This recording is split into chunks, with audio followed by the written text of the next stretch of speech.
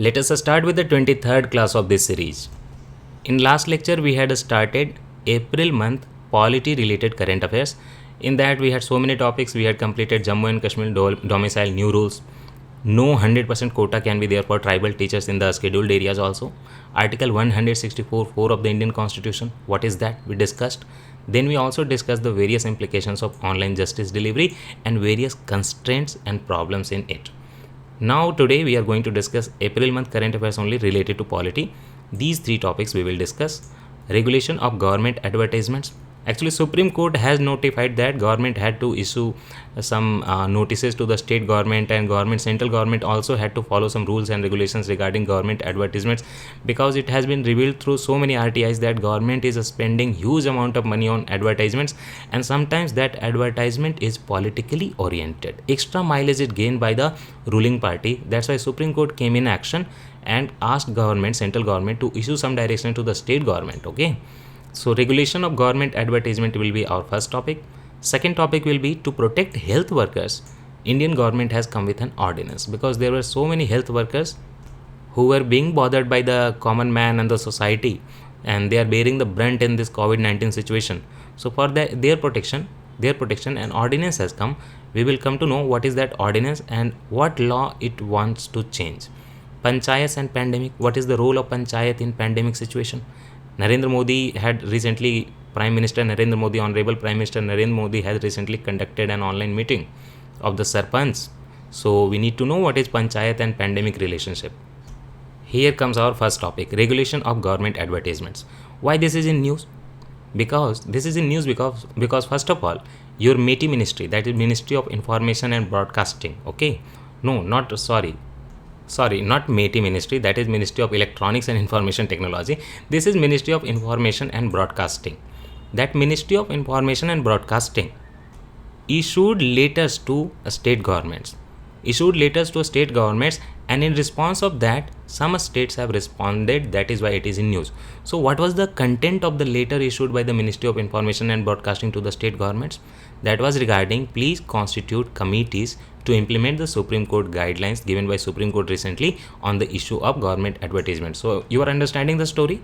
First of all, Supreme Court said to the center that you need to follow these rules and regulations, guidelines, while you are publishing an advertisement by the government. Also, Supreme Court asked central government that please send a notice, a letter to the state governments also regarding that, and let us see what the state governments are saying or they are implementing or not. So central government through its Ministry of Information and Broadcasting sent some letters to state governments, and now those states have responded that what is their choice and how they are willing to implement it. I want to discuss today Ministry of Information and Broadcasting with you. This ministry, simply we will see from Wikipedia, this ministry deals with information, broadcasting, press and cinema of India also. All these issues, rules, regulations and laws and their implementation, formulation, administration, everything is seen by this Ministry of Information and Broadcasting. So that is why this ministry is also responsible for the administration of Prasar Bharati. And Prasar Bharati is what? Broadcasting arm of the Indian government. Central Board of Film Certification is the other important statutory body under the ministry. This is Central Board of Film Certification only. CBFC is always in news because some controversies, who will be the chairman, who will not be the chairman. So this body, Central Board of Film Certification, is made by an act. It is a statutory body. Okay, it is a statutory body, and this body comes under your Ministry of Information and Broadcasting only. I said Information and Broadcasting Ministry. So in broadcasting, can you see these so many things? Community radio station, Prasar Bharati, Doordarshan your television, Akashvani your radio, All India Radio, DTH, Internet Protocol Television, Broadcasting Authority of India constituted in 1977, and then in information it has so many bodies. You see, Publication Division, PIB, your favorite news source, Press Council of India, everything is under this ministry only. Indian Institute of Mass Communication also, IIMC, the management college. But ministry is only information and broadcasting, but I said that this has a role in films also. So Directorate of Film Festivals, Film Division, Central Board of Film Certification, remember? Children's Film Society also. This very much in news, always in controversy. FTII, Film and Television Institute of India, Pune. Film Certification Appellate Tribunal, everything is under this ministry only. Now I also want to tell you about the Prasar Bharati. What is Prasar Bharati? It is India's largest public that means by government broadcasting agency. It is a body made by an act. It is a statutory body and autonomous body. The act was Prasar Bharati Act simply. It came in September 1990, very recently. So, what is inside this Prasar Bharati? Doordarshan television network, TV, visuals, and All India Radio are under Prasar Bharati.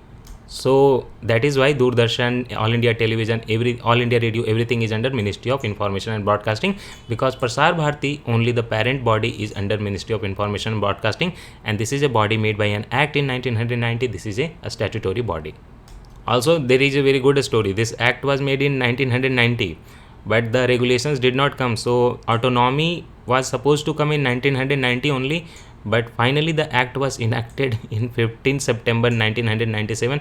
Then only the autonomy came, and against that also, again, even after that, so many issues about Prasar Bharati, who will be the chairman and who will be the members of this body. There is always a conflict, because this body, you consider this body under directly the government. So government never wants anyone having an opposite opinion or ideology to hate this body. So that is why there are always conflicts going on this body about this appointment, chairman, membership, everything. So this was all about Ministry of Information and Broadcasting and its very important body Prasar Bharati. So now come to the news, come to the topic. What is the need of regulating government advertisements? Why Supreme Court is giving these guidelines? First of all, there is lack of clarity over public purpose or government's political purpose. There is thin boundary line. When government issues one advertisement, the citizen is always having a confusion, it is a political message or it is a government's message, because the ruling party only has the government. So this is a very thin line, very thin boundary. So there should be some clarity that this is regarding government or this is coming in some political interest. Otherwise the political message will go to voters and they will think that okay, our prime minister is only doing these things and only that political party can do these things, others can't. Second, projection of vested interest, similar to that one only, first one is lack of clarity. Okay, there is thin boundary line between the government's message and government's political message. Second is vested interest. Many government advertisements glorify political personalities, and there comes the problem. They will glorify their political personalities and parties, that see the BJP only is doing the good thing, the Congress only is doing the good things. So that is a problem. The messages, the advertisement should not glorify the one personality or one political party. It should be limited only to the government. Only post should be mentioned. People should not be mentioned somehow. That is the problem actually, which Supreme Court wants to solve. There are some other problems also. For example, this is against the democratic setup. How? The incumbent government, the government which is ruling there, that government gains an advantage over the parties and the candidates, especially before the elections. Suppose election is coming up and suddenly the government comes with so many advertisements that see this much India has done. In the name of India has done in the last 5 years this much, they want to glorify their political party, their prime ministerial candidate and their candidates.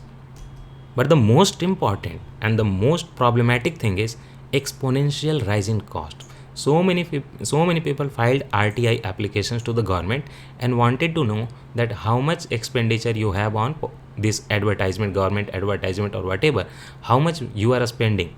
And it was realized that there has been every year there has been successive rise of 40% in recent times. Every election year, okay, every election year, on the 5th year of the election, suddenly the political parties, or you can say the government only, issues so many advertisements that there is a rise of 40% expenditure by the governments. If government is spending the public money in advertisements very disproportionately, this will affect the development of the country. So bothered by this, so many PILs were filed and everything, cases were filed.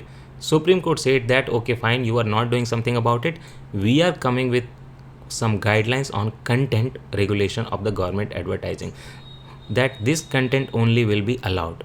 This thin line boundary can be drawn and you limit yourself to the government side only, not the political side. So there are various issues now. First of all, Supreme Court talks about a scope of advertisements. where this advertisement thing will apply, where these guidelines will apply, what kind of advertisements will be covered by these guidelines. It includes both copy, that is copyright, wherever possible, copy. So copy is written text or audio, creative also, visuals, video, multimedia, animated things. Now the many political parties and governments are issuing the animated things also, videos. So everything will be covered. Everything put out in print will be covered, everything put out in electronic will be covered, and everything outdoor or digital media. So that means radio, television, print, everything will be covered, all the platforms. Now Supreme Court came with 5 guiding principles. First of all, a scope of advertisement, what Supreme Court guidelines will be covering. So it will be covering almost everything, every platform. But now, what are the guidelines? 5 guiding principles of content in advertisements related to government responsibilities. Now Supreme Court says that content of the government advertisements should be relevant to the government's constitutional and legal obligations, as well as citizens' rights and entitlements. It should not happen that tomorrow Prime Minister says that my birthday has come, so now I am inviting all the citizens of India to come to my door and we will have a party. No, that is not possible. It should be relevant to the government's constitutional and legal obligations, and also it should be relevant to citizens' rights and entitlements. Second, presented in objective manner. There should not be vagueness. Advertisement material should be presented in an objective, fair, so that the judgment can be done, okay, and accessible manner, and should be designated to meet the objectives of the campaign. Whatever campaign it is, whether it is Swachh Bharat Mission or Make in India, whatever campaign it is, the campaign's intention should be directly addressed by this advertisement, and that is the objectivity in the advertisement. Very fair. Supreme Court also says that this advertisement should not be directed at promoting political parties' interest of ruling party. That means it should not include the name of the ruling party. I already told you. BJP or Congress name cannot be included. Party symbol, whether it is lotus or hand, cannot be included. Logo, any attack on the views or actions of opposition parties in any form is not allowed. So tomorrow BJP cannot publish an advertisement by the central government and says that, see, in the last 70 years Congress had not done anything and now we are doing everything. They can just say that we are doing these things, and also not political party, the government is doing these things, but there should not be any attack on the opposition party. It should be cost effective also. Disproportionate expenditure is not allowed in the guideline. There must be an optimum use of public funds, and it should reflect a need based advertising approach. Only when there is a need you should advertise. Just for propagating your political agenda you should not advertise everything. The last one is compliance with procedures. Government advertising must comply with legal requirements. What are the legal requirements? Election laws, for example, in model code of conduct you cannot put some advertisement. Ownership rights and financial regulations and procedures also. So that means every legal things should be followed. There should not be any legal contravention. Our next topic is very important. Ordinance to protect health workers. Ordinance only comes in the case of emergency when there is a requirement of urgent step. Yeah, there was requirement of urgent step. President has given his assent to an ordinance passed to amend. I was talking about this thing, that this ordinance is a new law or an amendment. This is an amendment to the Epidemic Disease Act 1897. Epidemic Disease Act 1897 came in the British time. That time India was affected by plague. So this Disease Act had many provisions. For it had the provisions of lockdown and everything, you remember. If you read the modern history, you will realize that in Epidemic Disease Act 1897, there were made containment zones and everything in Pune. And only because of that, people got infuriated. They said that these British people are differentiating between Indian native people and British residents, and Indian people are not allowed to go outside while British are going outside. There were charges of rape and violence and loot also by the Indian population on the British officers. Only in response of that, Chapekar brothers killed Rand, that was the British officer responsible for administration of this Epidemic Disease Act 1897 in that area, Pune area. He was killed by the Chapekar brothers only in protest of this act. So this act needs an amendment now. Why? We need to protect our health workers. They are the fighting COVID-19 at the ground situation. We need to protect them. That is why we have come with an ordinance.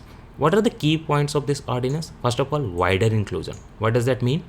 Now, amendment protects the health workers from harassment by the public. Amendment will also apply to harassment by landlords and neighbors. So if there is a health worker and his landlord or landlady, whatever is bothering him, that you are going in the hospital, you are meeting new people infected with the virus, so we want you to vacate this house. No, this cannot happen. This will be counted as harassment by landlord or neighbors. This is now prohibited through this amendment. Now wider inclusion is done. Second thing is cognizable and non-bailable. Violence, if you do any violence against medical staff, that violence will be cognizable and non-bailable. What is that cognizable and non-bailable offense? So offense is of two types. One is cognizable, one is non-cognizable. Cognizable means police on its own take a suo motu step and go and arrest someone or take an action. Non-cognizable means police will not do anything until a complaint comes from someone. So this is cognizable. That means police without any complaint will go and take an action. Okay. Second is, you can remember this by cognizable, read this as recognizable. Okay. That means police can recognize without any complaint. So that is cognizable offense. And non-bailable and bailable offense are what? See, every offense is bailable. First of all, you should know that. You should not be confused. In India, every offense is bailable, but there is a difference. Bailable offense means you can get a bail from the police only.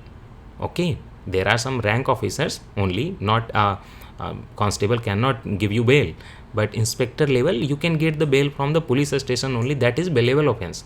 And non-bailable offenses are those offenses for that you have to go to magistrate, the judicial magistrate in the district, only he can give you the bail. These are the difference between bailable and non-bailable offense. Let's not get confused.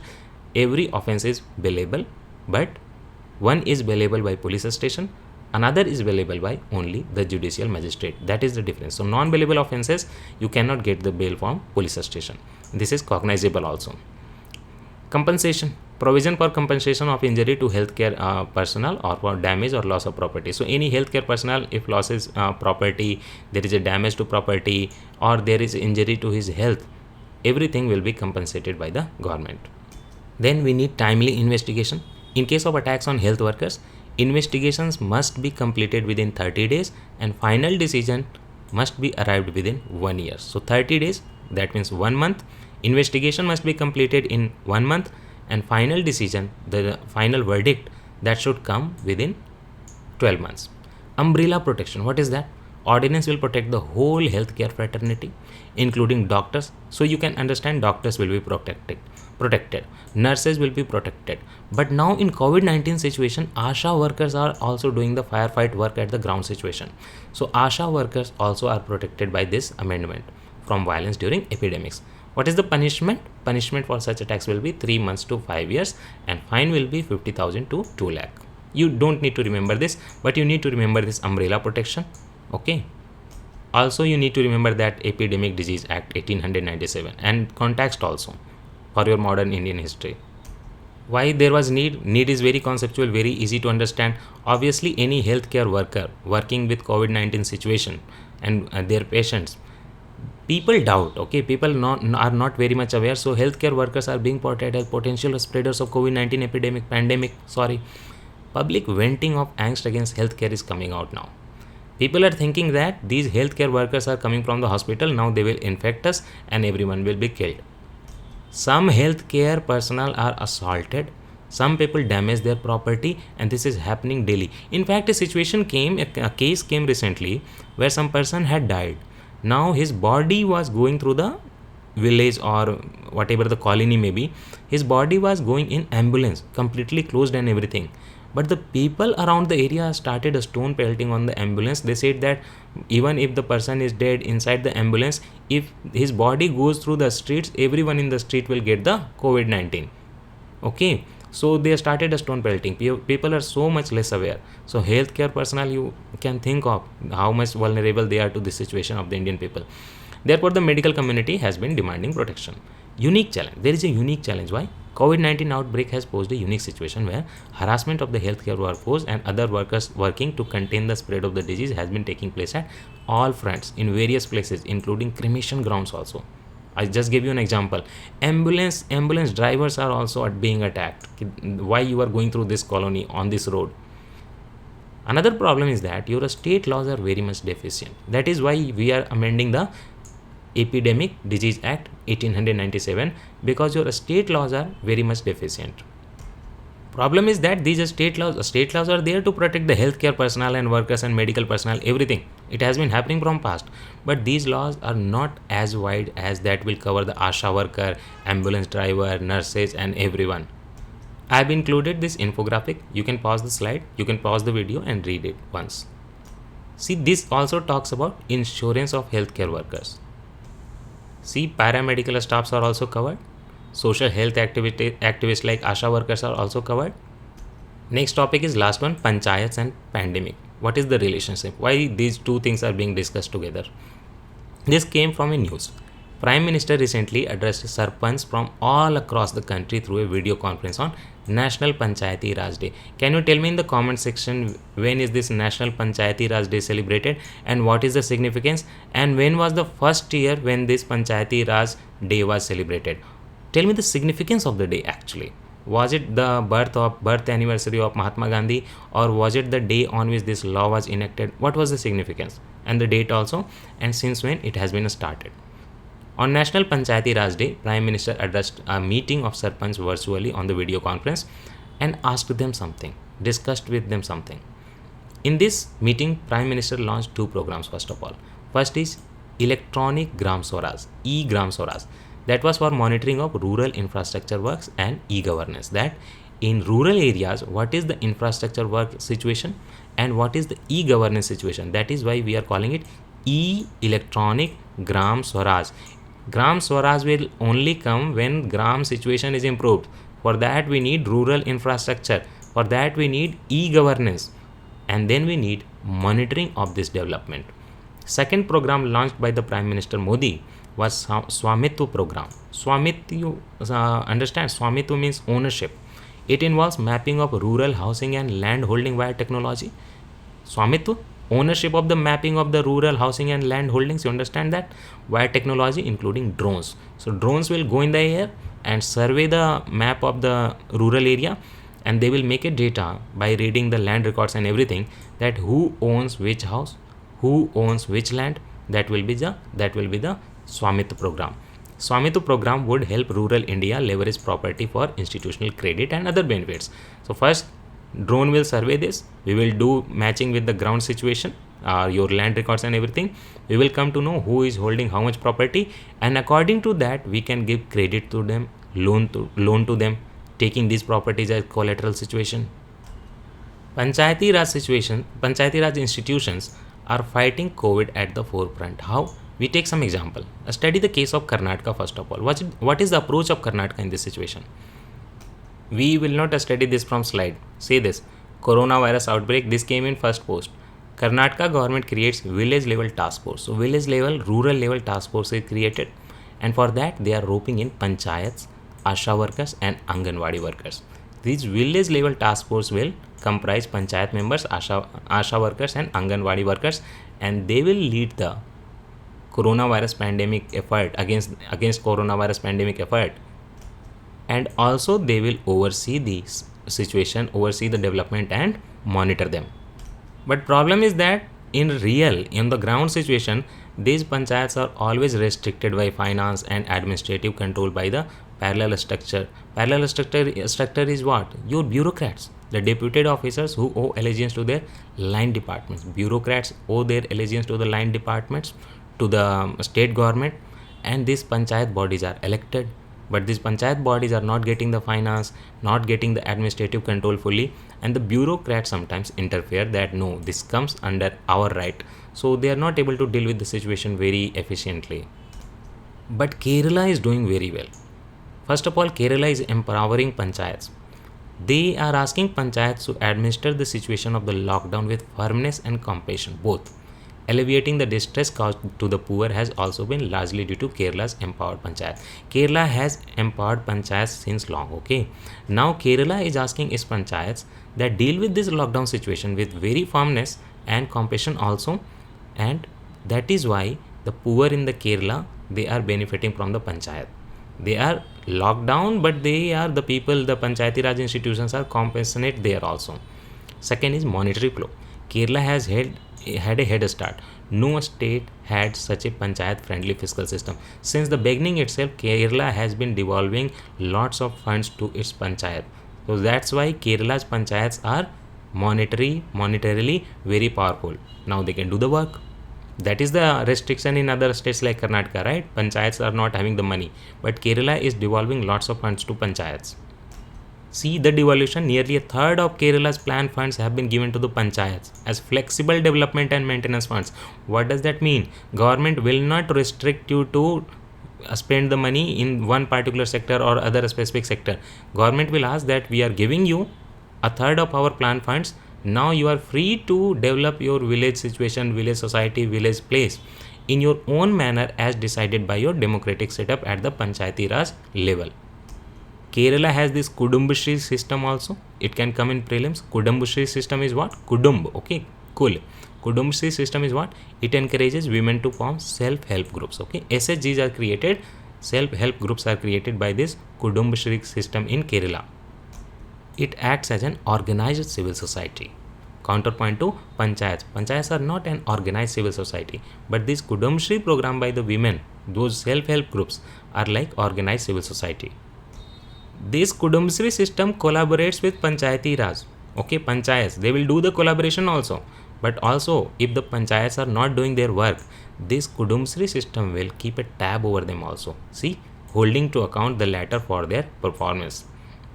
This program was so successful that nearly 65% of all women elected to panchayats are Kudumbashree members. See, that relationship, that collaboration and monitoring was so good that nearly 65% of all women who are elected to panchayats in Kerala are coming from Kudumbashree program only.